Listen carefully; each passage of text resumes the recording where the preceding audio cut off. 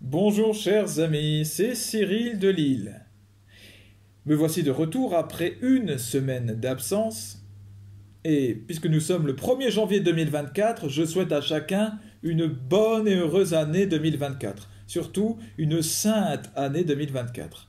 Que chaque jour de cette année soit pour chacun d'entre nous l'occasion d'avancer vers le royaume céleste. Je ne peux rien souhaiter de mieux que cela. Bonne santé également, santé du corps bien sûr, mais surtout la santé spirituelle, puisque la santé du corps dépend de la santé spirituelle. Alors voilà, le sujet du jour, c'est la loi sur l'immigration. Je mets un peu de temps à en parler, étant donné que c'est tombé pendant le temps des fêtes, pendant que je fêtais la nativité de mon Seigneur Jésus. Voilà, la Noël. Alors voilà, cette loi qui a fait grandement jaser, je la présente rapidement, il s'agit d'un projet de loi pour contrôler et améliorer l'immigration. Et donc ce projet a été présenté à l'Assemblée nationale au peuple français. Il comporte des mesures controversées pour le moins, à provoquer de vives contestations, y compris au sein même du gouvernement. Certains ministres ont même menacé de démissionner et un ministre l'a fait, c'est-à-dire Aurélien Rousseau, ministre de la Santé. On a quand même affaire à un sujet sérieux, un sujet grave. Le projet de loi est dénoncé par des ONG, certaines ONG, je pense au Secours populaire, la Croix-Rouge et différents organismes comme ça qui s'occupent des pauvres. Et ce projet, il est dénoncé particulièrement comme étant dangereux, comme pouvant augmenter la pauvreté. Voilà, augmenter le nombre de pauvres et puis entasser encore plus ceux qui le sont déjà. Il est même pointé du doigt par l'ONU, parce que certaines de ces dispositions sont contraires à la Constitution, ni plus ni moins. Alors là, qu'on se le dise, c'est un sujet grave, c'est un sujet sérieux. J'ai lu ce projet de loi, je l'ai lu entièrement.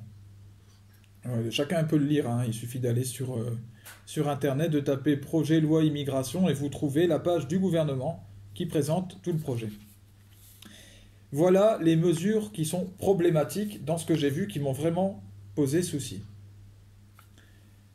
La restriction de l'accès aux soins gratuits est limitée par ce projet. Maintenant, je vous le fais en résumé, eh bien, tout étranger ne pourra pas être soigné comme ça gratuitement en France. Il aura accès, chacun aura accès à certains soins, mais des soins vraiment d'urgence limités.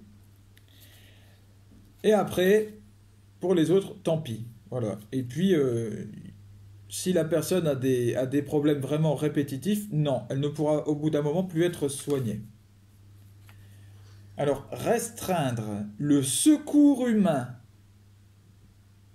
selon des questions administratives, selon des questions de papier, n'est pas chrétien. C'est ce que je dis moi. Ce n'est pas chrétien. Ça n'a rien de chrétien. Car l'exemple donné par le christianisme, c'est le bon samaritain. L'histoire du bon samaritain, c'est cet étranger qui vient au secours d'un pauvre qui est à la rue. Le prêtre passe et il s'en détourne, le fidèle croyant passe et s'en détourne de ce pauvre, et enfin un samaritain, donc quelqu'un qui avait une mauvaise réputation à l'époque, donc un étranger, quelqu'un qui vient d'un pays plus lointain et qui n'est pas de la sainte religion, lui il passe, il va le voir et il prend soin de lui. Voilà. Et celui qui a été le Christ, celui qui a agi selon Dieu, ce n'est ni le prêtre, ni le fidèle, c'est bel et bien le samaritain. Alors, si vous mettez en parallèle cette image, et ce que nous voyons là, c'est contradictoire. Nous disons aujourd'hui qu'il y en a certains qu'il faut laisser sur le bord de la route. Parce que s'ils n'ont pas les papiers, il faut les laisser. Alors nous prenons le parti de ce prêtre et de ce fidèle qui sont passés en disant « Oui, mais lui, c'est un samaritain. Il n'est pas du saint peuple, il n'est pas de la sainte religion. Passons. » Voilà. C'est scandaleux. Et ça constitue un net recul des valeurs humaines. Un autre point qui m'a vraiment choqué, c'est les mesures qui sont présentées nous montrent l'immigré comme une espèce de main-d'œuvre. C'est-à-dire que son premier rôle est celui d'une main-d'œuvre. C'est comme ça que c'est présenté. C'est-à-dire que maintenant, il faudra que les immigrés viennent avant tout pour travailler et pour travailler dans les secteurs en crise. Quand vous voyez aujourd'hui tous les immigrés qui sont employés, vous savez, dans Uber Eats et les différents services comme ça de Deliveroo, etc., les services, et puis même Amazon ou je ne sais quoi d'autre, eh bien, voilà des métiers tout à fait désagréables, des métiers qui ne construisent pas humainement, et qui sont réservés essentiellement à des étrangers, à des immigrés.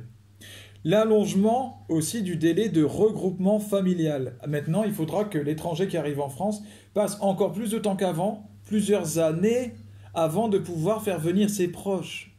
Est-ce qu'on se rend compte de ce que ça veut dire? Quelle honte de séparer volontairement une personne, de dire, bah oui, tu viens, tu bosses, c'est tout.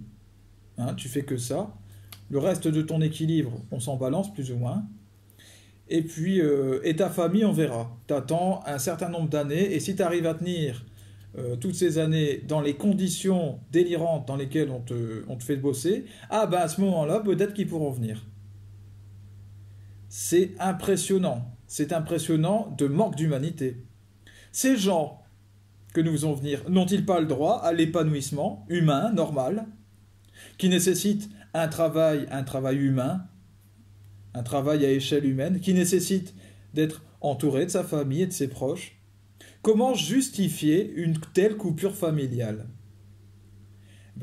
Comment est-ce qu'on le justifie? Parce qu'il faut servir le pognon, parce qu'il faut servir l'argent roi. Voilà comment est-ce qu'on peut l'expliquer. Et voilà ce qui se cache réellement derrière ces mesures. Est-ce qu'il est normal de vouloir des étrangers au service de l'argent, au service de la croissance économique française, au service d'une industrie qui périclite, qui est en train de mourir? Est-ce que c'est normal d'envoyer ces gens au charbon? Alors moi, ce qui me choque là-dedans, ce que je ne comprends pas, c'est cette espèce d'entre-deux étrange. Oui, tu peux venir, mais non, tu n'as pas le droit à des droits fondamentaux. C'est ça que l'on dit, en gros. Si l'on fait venir quelqu'un, alors il faut le faire venir avec tout ce qui fait partie de sa vie, avec ses droits fondamentaux humains, les droits qui normalement viennent de la France, les droits de l'homme. Et donc il faut le faire venir avec sa famille, sans discussion. Sans discussion. Il n'y a pas de discussion là-dessus. S'il vient, c'est avec sa famille. Si on lui refuse le droit de venir avec sa famille, si on lui refuse le droit d'avoir un travail humain, alors il ne faut pas le faire venir. Alors il faut dire non. Non. Voilà, il faut faire un choix. Mais là non, il y a une espèce d'entre-deux. Le projet, comme je l'ai dit, s'il est pointé du doigt par l'ONU et par des ONG, aussi importantes que celles que j'ai citées, c'est bien qu'il y a un gros problème. Voilà, sans entrer dans une histoire de politique. C'est une question de bon sens, une question d'humanité. Jusqu'où irons-nous donc dans notre course à la mort? Jusqu'où irons-nous dans notre course à l'autodestruction?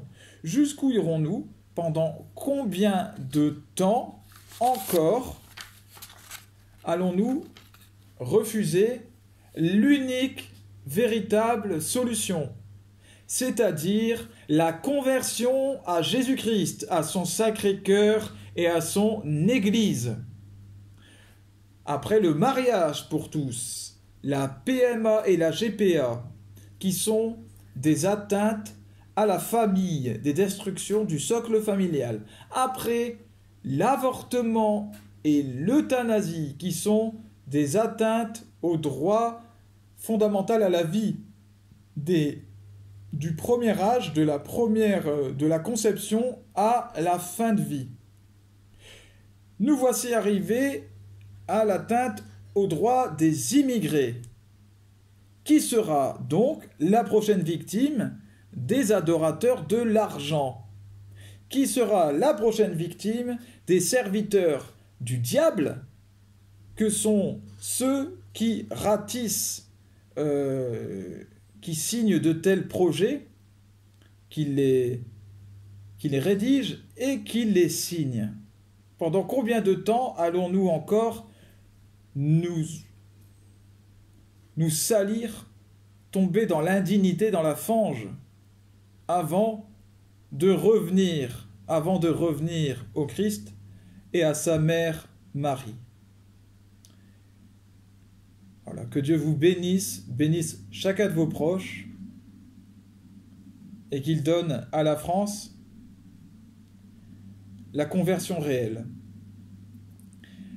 Je prie tous les jours pour la conversion de la France, et je demande à tous ceux qui sont touchés par mon message ou touchés par cette situation de prier pour la conversion de la France.